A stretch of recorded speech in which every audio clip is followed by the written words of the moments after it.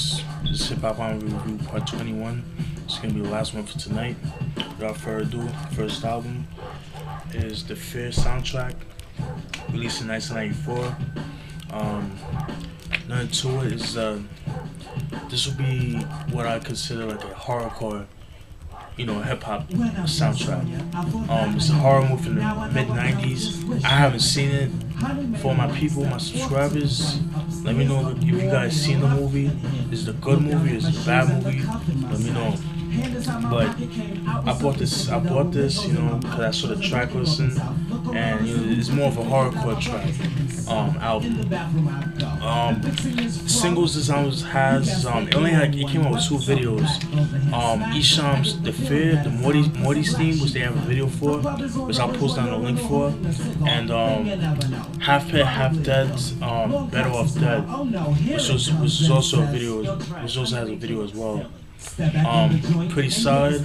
Also has Nas' song Life After Death, which was on their first album, Life After Death. It has Gravediggaz, their first album, the song Here Comes the Gravediggaz, which was also on 6 Feet Deep, which I do have in my collection, which I will do a review on. What other song?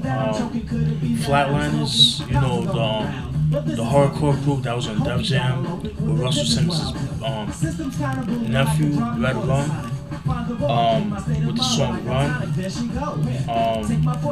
That Insane Clown Posse. It's a pretty solid album, or soundtrack I should say. If you can find this, definitely pick this up if you're a fan of hardcore hip hop. This is actually out of print, but if you're a fan of hardcore hip hop, you must have in your collection The Fear soundtrack, released in 1994.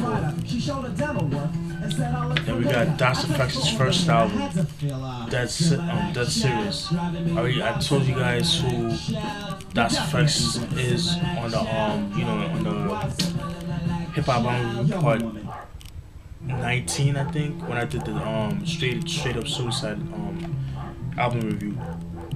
Excuse me. Pretty solid album. This album actually obviously put him on the map.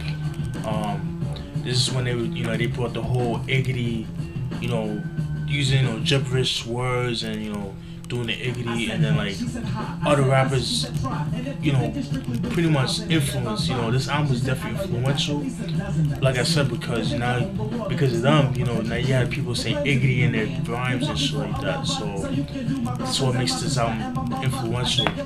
Singles this album was known for, Day One Effects, which dope song, dope video too. You see them in the sewers and pretty solid. I remember that song growing up and shit like that. Pretty solid song. Mike Checker and Straight Out the Sewer. Definitely must have in your collection.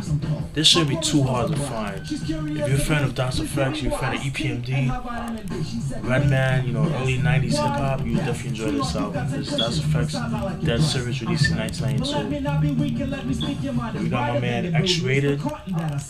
He's a West Coast MC. For those who don't know who X-Rated is, he's an MC from Sacramento, California. He's affiliated with Brother LeChung. He got put on by him, and X-Rated, he was a Garden Block Crip. The neighborhood that he's from, same neighborhood as Brother LeChung. He was in the gang life or whatever, Crip, and there was a situation where a blood killed one of his friends. So you know how it is, how the gangsters do. They go on retaliation. They go on retaliation to look for the people that killed his boy. Well, they didn't find the guy, but they found his sister or whatever, and they killed his sister, if I'm not mistaken. Yeah, they killed his sister, whatever. And then after that, he got arrested. X-Rated was 17 at the time when he did all this, and he was sentenced to 31 years. So he's still in jail to this day. He already served what 19 years, so he got like what 12 more years to go. Well, actually 10, because next year will be 2012, so it'll be 10 years until he gets out. But throughout the whole 90s and 2000s, he's been putting out albums and stuff like that. But X-Rated, he's considered, and another thing too with this album, this is supposedly the murder weapon that he used to kill the girl. This album's pretty dope. It's pretty solid. He's considered a hardcore artist, but the beats are not dark though. They're like more sample-fied. You know, they have more samples. They have like funk samples and like Funky Worm, by the Ohio Players and stuff like that. They use a lot of jazz, not jazz sample, but like soul sample, like funk samples and stuff like that. But definitely must have in your collection if you're a fan of West Coast hip hop. This album is actually out of print. So if you find it, don't be hesitant to pick this up. Must have in your collection. X-Rated Psychoactive, released in 1992.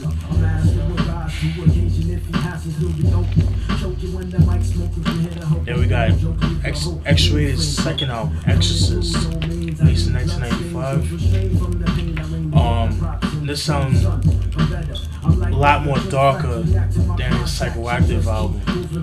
This album, obviously he's in jail, so what they did was, for him to get the vocals, he recorded the whole album throughout the telephone. So when his producer would call X-Rated, or when X-Rated would call the studio, from the jail, he would record his raps on the telephone. So he was like the first rapper to do that, and he doesn't get recognition. So it wasn't Shine that did that. He wasn't the first rapper to do that. It was this guy right here. But he won't get recognized because of the fact that he's in jail and he's things of that nature. But a pretty solid album. At first when I heard it, I didn't like it. But it grew on me. You know what I mean? It takes some getting used to. It's not for everybody.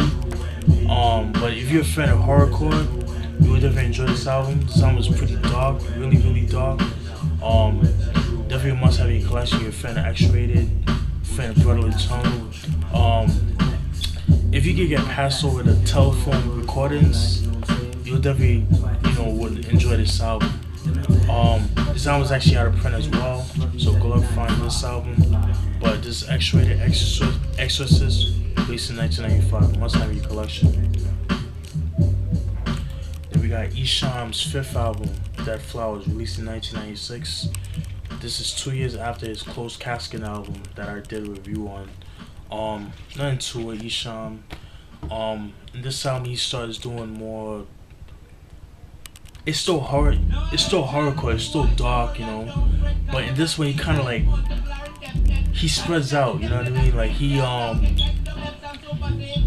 tries to go more, I guess, for the mainstream appeal, I guess, but but it's not corny, but it's something different. You know what I mean? It's not as dark as his earlier albums, you know what I mean? But still a solid album. If you're a fan of Esham, definitely must have in your collection. This album is actually out of print, but like I said, you can go on the acidrap.com, his website, where you get his out of print albums and stuff like that.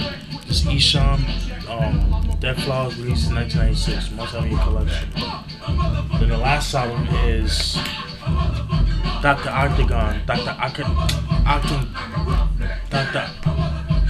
Octagonecologyst. This is Kool Keith's first debut album. You guys should know who Kool Keith is. He's part of the Ultramagnet MCs. Put out a whole bunch of albums with them. In 1993, he put out the Four Horsemen album, which I do have in my collection, which I will do a review on one day. And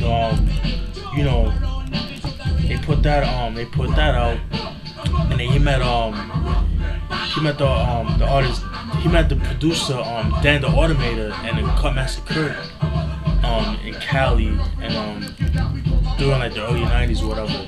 They made a couple of songs and stuff like that. And then, to make a long story short, Dan the Automator and Dr. Octagon made this album. Excuse me. Dr. Octagonecologyst. I can't even say that shit. But pretty solid album.